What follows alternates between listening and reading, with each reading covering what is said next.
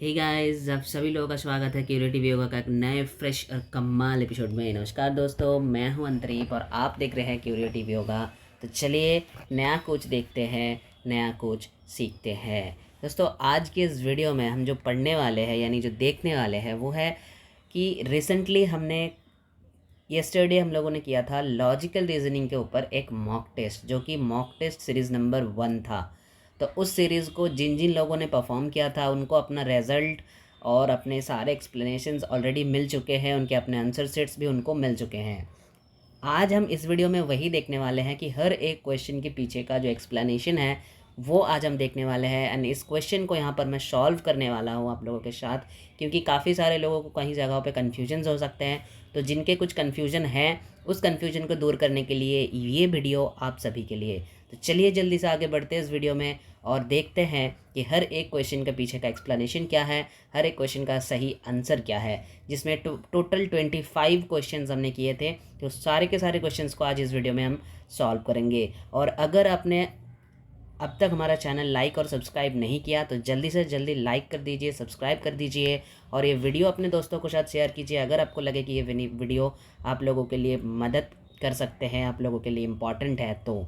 और अगर आप हमारे टेलीग्राम ग्रुप से जुड़ना चाहते हैं जहाँ पर आप रेगुलर PYQs करने वाले कर सकते हो हमारे साथ, जहाँ पर आप रेगुलर बेसिस पे प्रैक्टिस कर सकते हो, मॉक टेस्ट सारे परफॉर्म कर सकते हो। अगर आप जुड़ना चाहते हैं तो टेलीग्राम लिंक डिस्क्रिप्शन बॉक्स में है, आप वहाँ पे जाके जुड़ सकते हैं हमारे साथ। तो चलिए जल्दी से आगे बढ़ते हैं इस वीडियो में और क्वेश्चन सॉल्व करते हैं। तो जो पहला क्वेश्चन था, जो हमारा पहला क्वेश्चन था वो है कि which of the following forms of categorical proposition, which of the, ये हमारा पहला क्वेश्चन था, विच of the following forms of categorical proposition is categorical proposition is valid. मतलब इन चारों में से ABCD, ये जो चार ऑप्शंस आप लोग देख रहे हो, इन चारों में से कौन सा कैटेगोरिकल प्रोपोजिशन जो है वो सही है। हाँ जी, तो देखिए पहला कैटेगोरिकल प्रोपोजिशन में ए में क्या है, ए में लिखा हुआ है some S is not P. A में लिखा हुआ है some S is not P. B क्या बोल रहे हैं, बी बोल रहे हैं सम एस इज़ पी, यानी ये जो है ये ई वाला सेंटेंस है, ई वाला, ठीक है। सम एस इज़ पी, ये जो है ये हमारे ये ए वाला जो है ये ओ वाला सेंटेंस है, ओ वाला, मैंने गलती से बी ई बोल दिया था, ये ओ वाला सेंटेंस है। Some S is not P, ये हो गया आपका आई वाला sentence. No S is P, ये हो गया ई वाला। ऑल एस इज़ पी, ये हो गया ए वाला सेंटेंस। यानी चारों के चारों सही हैं। यहाँ पर हम कह सकते हैं कि चारों के चारों, ये चारों के चारों ही सही आंसर है। यानी आपका आंसर बन जाएगा डी, यानी ABCD, ये आपका करेक्ट आंसर हो गया। ठीक है, चलिए आगे बढ़ते हैं और नेक्स्ट क्वेश्चन को देखते हैं। Statement 1, statement 2। स्टेटमेंट 1 में क्या बोल रहे हैं कि एरिस्टोटेलियन सिलोजिज्म हैज़ 3 टर्म्स। एरिस्टोटेलियन सिलोजिज्म में 3 टर्म्स है। एरिस्टोटेलियन सिलोजिज्म में कह रहे हैं कि 3 टर्म्स है। तो बिल्कुल सही बात है भाई, मिडिल टर्म, मेजर टर्म और माइनर टर्म, तीनों टर्म्स होते हैं। स्टेटमेंट 2 में कह रहे हैं कि न्याय सिलोजिज्म जो है, न्याय सिलोजिज्म में 5 टर्म्स है। न्याय सिलोजिज्म जो है उसमें 5 टर्म्स है। हाँ जी, 5 टर्म्स ही तो होते हैं ना। प्रतिज्ञा होते हैं, फिर हेतु होते हैं, फिर उदाहरण होते हैं, फिर उपनय होते हैं, फिर निगमना होते हैं। 5 टर्म्स होते हैं। तो इसका मतलब है कि दोनों के दोनों स्टेटमेंट ही बिल्कुल करेक्ट है, दोनों के दोनों स्टेटमेंट ही बिल्कुल करेक्ट है। यानी आपका आंसर हो जाएगा 1। ठीक है, चलिए आगे बढ़ते हैं 3 नंबर क्वेश्चन की तरफ। कह रहे हैं to solve our transportation problem, to solve our transportation problem we have to put more money into production of bicycles. The CEO of ABCD Company Limited say so. Which of the following fallacy is it? मतलब ये कौन सा fallacy है, क्या कह रहा है, which of the following fallacy is committed in the above argument। यानी ये जो argument है उसमें किस टाइप की fallacy आपको दिखने को मिल रही है। क्या ये स्लीपरी स्लोप है? बिल्कुल भी नहीं सर। स्लीपरी स्लोप क्या होता है कि जब हम किसी एक वीक पॉइंट को पकड़कर आर्गूमेंट करते रहते हैं उसे हम कहते हैं स्लिपरी स्लोप। तो ये बिल्कुल स्लिपरी स्लोप नहीं है। अपील टू इनअप्रोप्रिएट अथॉरिटी, मतलब कोई ऑथराइज्ड पर्सन बोल रहा है क्या? हाँ जी, बिल्कुल कंपनी की CEO बोल रहे हैं, यानी चीफ एग्जीक्यूटिव ऑफिसर जो है वो खुद बोल रहे हैं कि हमें बाईसाइकिल्स की प्रोडक्शन जो है वो बढ़ानी चाहिए ताकि हमारा जो ट्रांसपोर्टेशन प्रॉब्लम है वो सॉल्व हो जाए। यानी ट्रांसपोर्टेशन कॉस्ट को कम करने के लिए हमें प्रोडक्शन बढ़ाना चाहिए। कौन बोल रहा है? CEO बोल रहा है कंपनी की। तो कंपनी की CEO अगर बोल रहे हैं मतलब चीफ एग्जीक्यूटिव ऑफिसर, तो बिल्कुल वो एक ऑथराइज्ड पर्सन है। तो उनके वो जो बोल रहे हैं उनके बात मानकर हमें ये करना चाहिए। इसीलिए इसका जो हो जाएगा आंसर वो होगा एपल टू इनअप्रोप्रिएट ऑथोरिटी, जिसको हम कहते हैं ना एपल टू ऑथराइजेशन।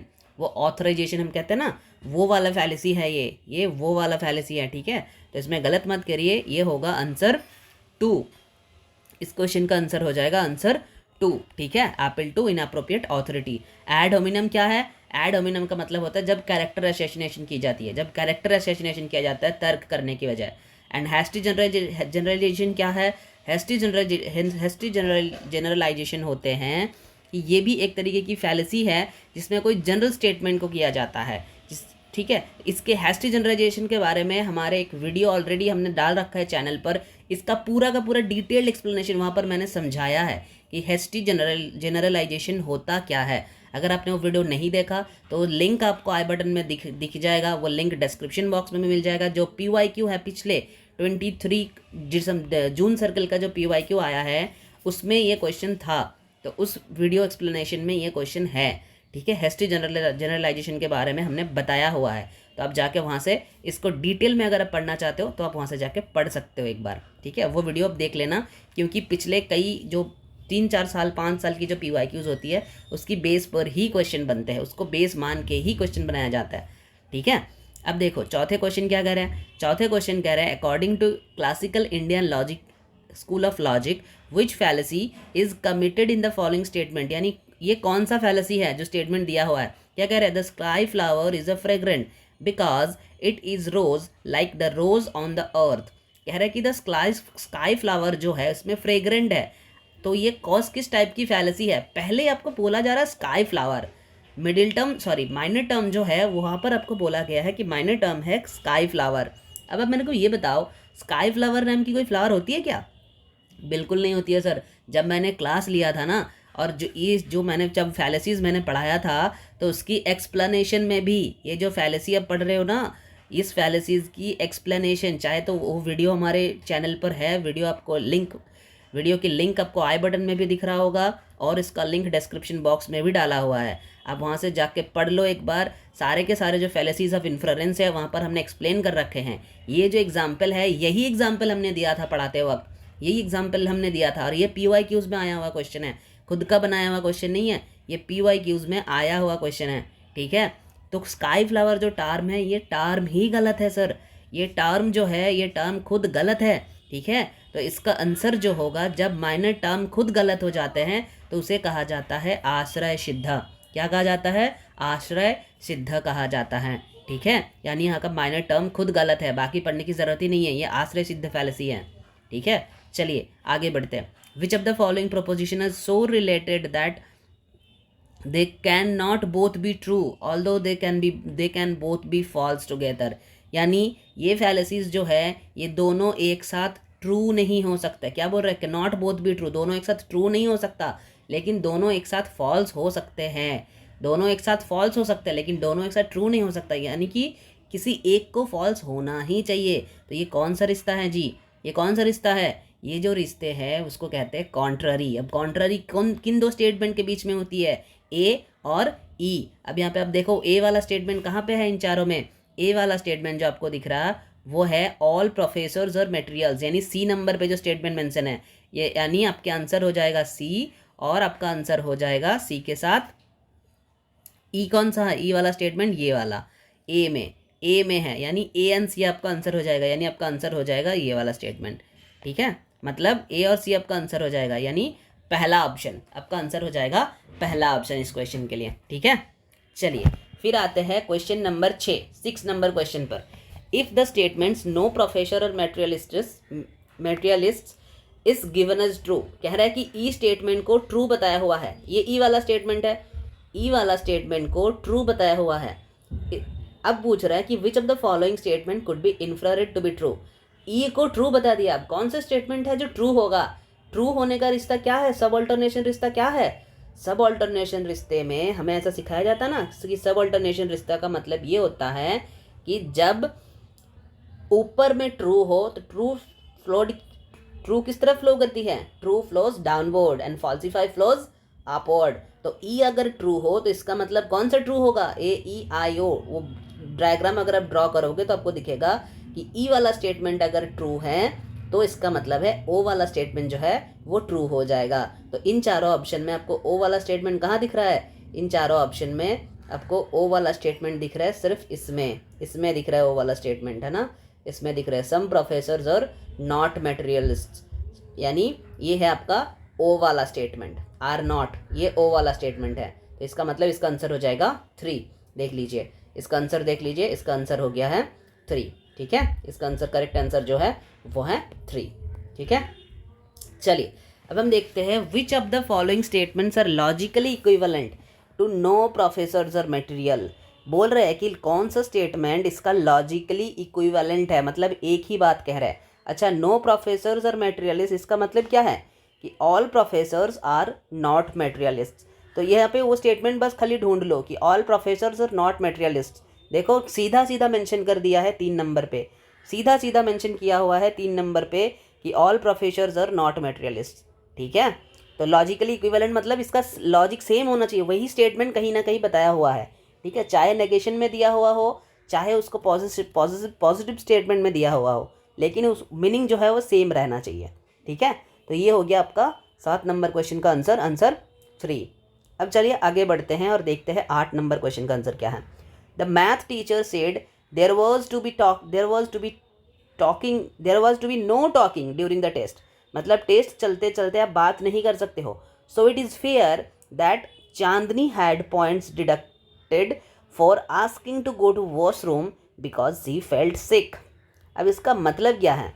ये बिल्कुल ज़रासर गलत है। जो पहला स्टेटमेंट है, देखो क्या बोला गया था, the math teacher said that there was to be no talking during the test. मतलब अगर आप टेस्ट के दौरान बात करोगे तो वो अलाउड नहीं है, वो अलाउड नहीं है। सो इट इज़ फेयर, अब बोल रहे कि ये बोलना सही होगा कि चांदनी जो है वो टेस्ट के दौरान बात किया था, इसलिए उसका पॉइंट कट जाएगा। और वो बात क्या किया था? वो सर से पूछा था कि सर मैं क्या वॉशरूम जा सकता हूँ क्योंकि मेरा तबीयत ख़राब है। इस वजह से किसी का पॉइंट कट सकता है क्या? बिल्कुल नहीं। ये वही वाला एग्जाम्पल के साथ मैच हो रहा है ना कि नाइफ से किसी इंसान को काटना गलत बात है, क्राइम है। डॉक्टर्स भी नाइफ्स लेकर इंसान को काटते हैं, तो डॉक्टर्स भी क्रिमिनल है। मतलब ये जो है ये आपका डायरेक्ट इंडिकेट कर रहे हैं कि फैलेसी ऑफ एक्सीडेंट है। ये ना तो फोर्स है, ये ना तो अपील टू इमोशन है, ये ना तो अपील टू ऑथोरिटी है, ये डायरेक्टली है फैलेसी ऑफ एक्सीडेंट। ये फैलेसी ऑफ एक्सीडेंट है। ठीक है, क्योंकि कंक्लूजन को गलत पकड़ लिया गया, कंक्लूजन का मीनिंग ही बदल दिया गया, कंक्लूजन को गलत निकाला गया है यहाँ पर। ठीक है, ये हो गया फैलेसी ऑफ एक्सीडेंट। चलिए आगे बढ़ते हैं 9 नंबर क्वेश्चन पर। कह रहे हैं which of the following proposition is contrary to the proposition all women are honest. यानी ए वाला प्रोपोजिशन आपको दे दिया है, पूछ रहा है कि इसका कॉन्ट्ररी स्टेटमेंट क्या है। इससे आसान सवाल नहीं बन सकता, इससे आसान सवाल एक्सपेक्ट करना भी मत। यूजीसी नेट में इससे आसान सवाल एक्सपेक्ट करना नहीं। इस क्वेश्चन को अगर आप लोग अभी भी गलत कर रहे हो तो मतलब तैयारी में अभी भी कमी है। तैयारी करो, फिर से रिवीजन करो लॉजिकल रीजनिंग का अगर ये क्वेश्चन गलत हो रहा है तो। ठीक है, क्योंकि इससे आसान क्वेश्चन नहीं बन सकता भाई। एक्सपेक्ट भी मत करना इससे आसान क्वेश्चन। इसका कॉन्ट्ररी स्टेटमेंट क्या है? ए वाला बता दिया। कॉन्ट्ररी क्या होता है ए के साथ? ई, यानी इसका कॉन्ट्ररी स्टेटमेंट हो जाएगा ई। ठीक है, no women are honest. 9 number का आंसर हो गया है 2। ठीक है, चलो अब 10 number question. If the statements all human beings are mortal if given as true. All human beings are mortal, यानी ए वाले को ट्रू दे दिया गया है। पूछ रहा है which of the following can be inferred to be true. ऊपर वाला को ट्रू दे दिया गया है, पूछ रहा है कौन सा ट्रू होगा। ए को ट्रू दे दिया गया है तो कौन सा होगा? 4 नंबर ट्रू होगा ना भाई। क्यों? क्योंकि ए अगर ट्रू है इसका मतलब है आई जो है वो भी ट्रू होगा, क्योंकि truth flows downward, falsify flows upward, subalternation रिश्ता, यानी some human beings are mortal, some human beings are mortal. ये हो जाएगा आपका ट्रू इसका आंसर। ठीक है, 10 नंबर का आंसर जो है वो हो जाएगा 4। 10 नंबर का जो आंसर है वो हो जाएगा 4। ठीक है, अब देखो the distinction between private and, private बोल रहा हूँ मैं, ये पूर्वत होता, पूर्वत, ये गलती से प्राइवेट लिखा हुआ है। द डिस्टिंक्शन बिटवीन पूर्वत एंड शेषवत is made with in reference to which of the following प्रमाणाज। कौन से प्रमाण में ये है? पूर्वत, शेषवत, समानत दृष्टा, ये कौन से प्रमाण में है? ये सब अनुमान प्रमाण के अंदर आते हैं। इससे ज़्यादा सहज, इससे ज़्यादा इजी क्वेश्चन नहीं बन सकता यूजीसी नेट में। माइंड में रखना, इससे ज़्यादा इजी क्वेश्चन नहीं बन सकता भाई, ठीक है। अब कह रहे हैं 12 नंबर क्वेश्चन पे आ जाओ। अरेंज द सीक्वेंस, ये भी बड़ा आसान है। सीक्वेंस में अरेंज करने के लिए बोल रहे हैं। सबसे पहले क्या आता है, प्रतिज्ञा आते हैं, फिर क्या आते हैं, हेतु, बी और ए बैक टू बैक लगाओ। सबसे पहले होगा बी, उसके बाद ए। तो बी के बाद ए कहाँ है, देख लो, बी के बाद ए जो है 4 नंबर पर भी आपको दिख रहा है और 2 नंबर पर भी दिख रहा है। बी के बाद ए, फिर क्या आता है, प्रतिज्ञा, हेतु, उसके बाद उदाहरण, यानी बी ए डी, यानी आपका आंसर जो है वो 2 नंबर हो जाएगा। बी ए डी आपका आंसर जो है वो 2 नंबर हो जाएगा, ठीक है। चलो आगे बढ़ते हैं। ये हमने कर लिया 12 नंबर। चलो अब हम 13 नंबर क्वेश्चन पे देखते हैं। 13 नंबर क्वेश्चन क्या कह रहे हैं, 13th क्वेश्चन पे पूछा जा रहा है कि विच ऑफ द प्रमाण is accepted in Buddhism. Buddhism में किसको एक्सेप्ट किया जाता है, बताओ किसको एक्सेप्ट किया जाता है। प्रत्यक्ष, अर्थपत्ति, शब्द, अनुपलब्धि, किसे एक्सेप्ट किया जाता है इन चारों में से। बुद्धिज्म कितने प्रमाणों को मानते हैं, 3 प्रमाणों को मानते हैं भाई। इन चारों में से कौन सा है जिसको मानते हैं, किसे एक्सेप्ट किया जाता है, ये पूछा गया है, नॉट एक्सेप्ट नहीं पूछा है। तो इससे जिस प्रमाण को एक्सेप्ट किया जाता है इन चारों में से वो है प्रत्यक्ष, वो जो है वो है प्रत्यक्ष प्रमाण, ठीक है, वो है प्रत्यक्ष प्रमाण। अब कह रहे हैं विच प्रमाण इज नॉट एक्सेप्टेड इन चार बाग में किसको एक्सेप्ट नहीं किया जाता है। पहला पूछ रहे प्रत्यक्ष, दूसरा बोल रहे अनुमान, तीसरा आगम, चौथा बोल रहे बीएनसी बोथ। हाँ जी, बीएनसी बोथ, इन दोनों को ही नहीं मानते क्योंकि 4 बाग जो है वो सिर्फ प्रत्यक्ष प्रमाण को मानते हैं और किसी को नहीं मानता है, वो सिर्फ प्रत्यक्ष प्रमाण को मानते हैं और एक भी प्रमाण को नहीं मानते हैं 4 बाग, ठीक है। क्योंकि वो है ना 4 बाग का वो स्टेटमेंट जो मैंने पढ़ाया था, जब मैंने पढ़ाया था तो मैंने बोला था इसको याद रखना, जावत जीवेत सुखम जीवेत ऋणम कृत्वा घीतम प्रवेत वश्मीभूतस्य देहस्य पुनरागमनम कुतः, है ना, बोला था ना मैंने। चलो अब आ जाओ 15th क्वेश्चन पर।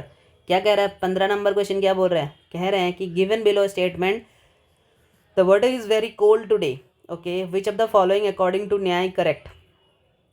अच्छा बोल रहे the weather is very cold today, ये क्या है, ये समान लक्षणा है, ज्ञान लक्षणा है, सन्निकर्ष है या फिर योगजा है। ये स्टेटमेंट किस चीज़ का उदाहरण है, according to Nyaya syllogism. According to Nyaya syllogism बताना होगा।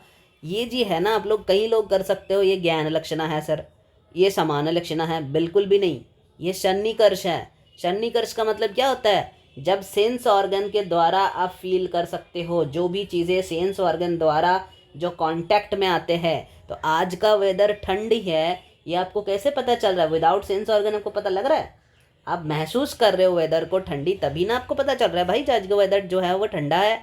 तो ये सन्निकर्ष का उदाहरण है, सन्निकर्ष, ये ज्ञान लक्षणा नहीं होगा। काफ़ी लोगों ने किया है ज्ञान लक्षणा। ज्ञान लक्षणा वो होती है, बर्फ़ गिर रही है टीवी पर बर्फ़ गिर रहा है, आपको देख के ठंड लग रही है, वो होती है ज्ञान लक्षणा, ठीक है।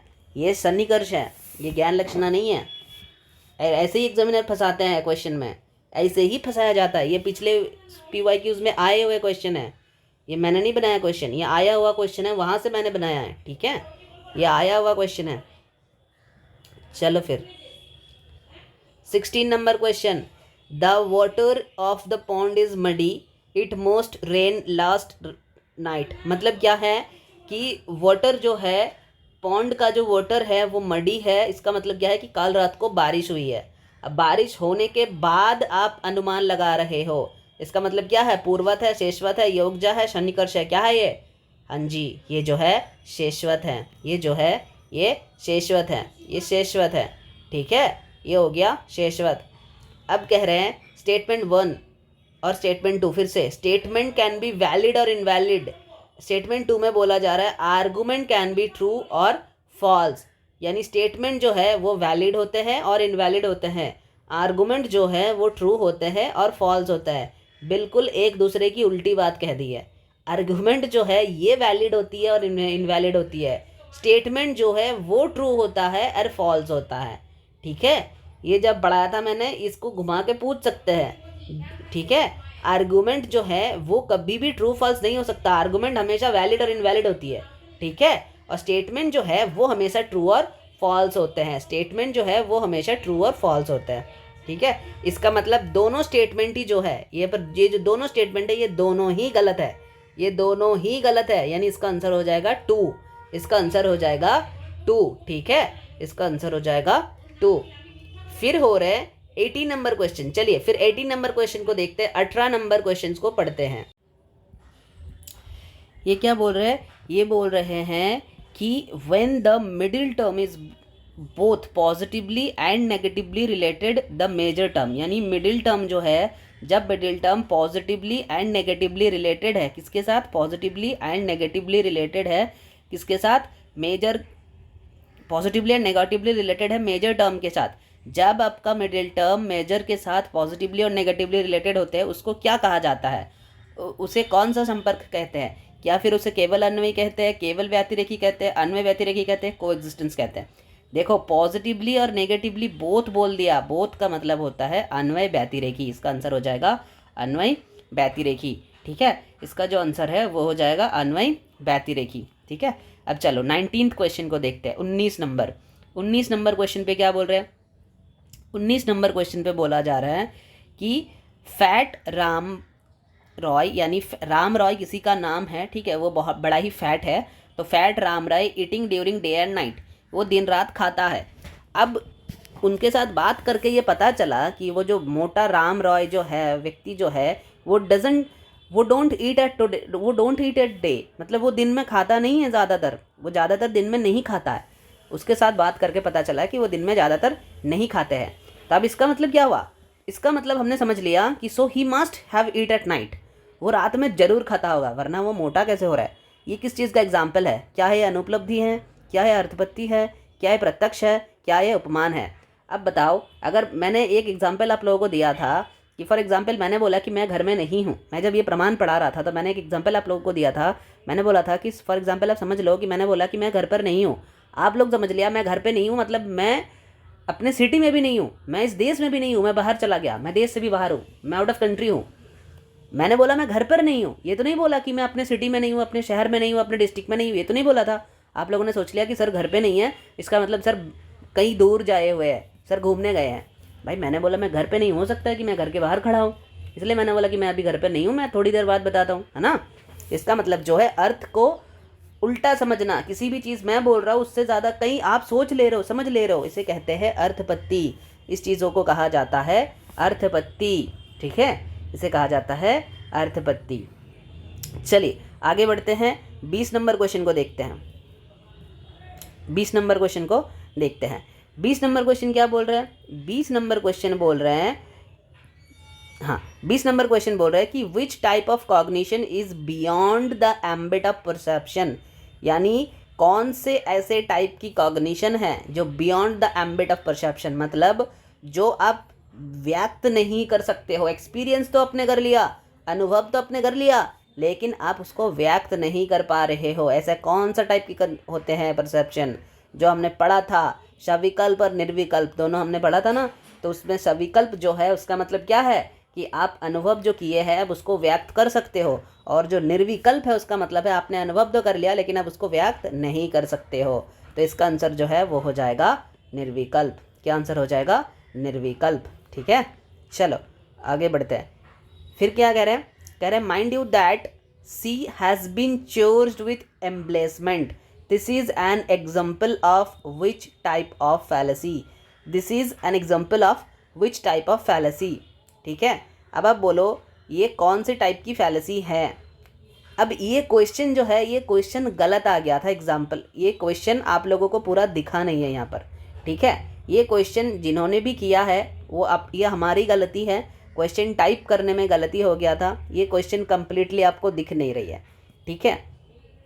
इसके पहले एक और स्टेटमेंट है, इस क्वेश्चन को इसके पहले एक और स्टेटमेंट है। ये सेकंड स्टेटमेंट आप लोगों को बस दिख रहा है कि mind you that she has been charged with embezzlement, ठीक है। इसका पहला जो स्टेटमेंट है कि वो एक अलग स्टेटमेंट है कि आप उनसे ये चीज़ें खरीद रहे हो, ये मत खरीदो बिकॉज, फिर इसके बाद ये सेंटेंस है कि माइंड यू, पहला स्टेटमेंट वो है कि आप उनसे वो चीज़ें खरीदो मत, एंड फिर ये बोला जा रहा है कि mind you that she has been charged with embezzlement, मतलब उनके साथ आर्गूमेंट करने की बजाय, उनके साथ बात करने की बजाय उनकी कैरेक्टर असैसिनेशन की जा रही है। इसलिए इसका आंसर जो था वो एड होमिनम था, ठीक है। लेकिन ये क्वेश्चन गलत था, ये क्वेश्चन पेपर में, सॉरी, ये जो पेपर आप लोगों ने दिया है इस पेपर में ये क्वेश्चन गलत मेंशन है। इसके पहले और कुछ लाइन इसका है, ठीक है, जो कि यहाँ पर आया नहीं है बाय डिफ़ॉल्ट, किसी टेक्निकल फॉल्ट के कारण से, ये किसी टेक्निकल फॉल्ट हुआ था जिसके कारण ये पहला वाला लाइन जो है वो मिट गया है।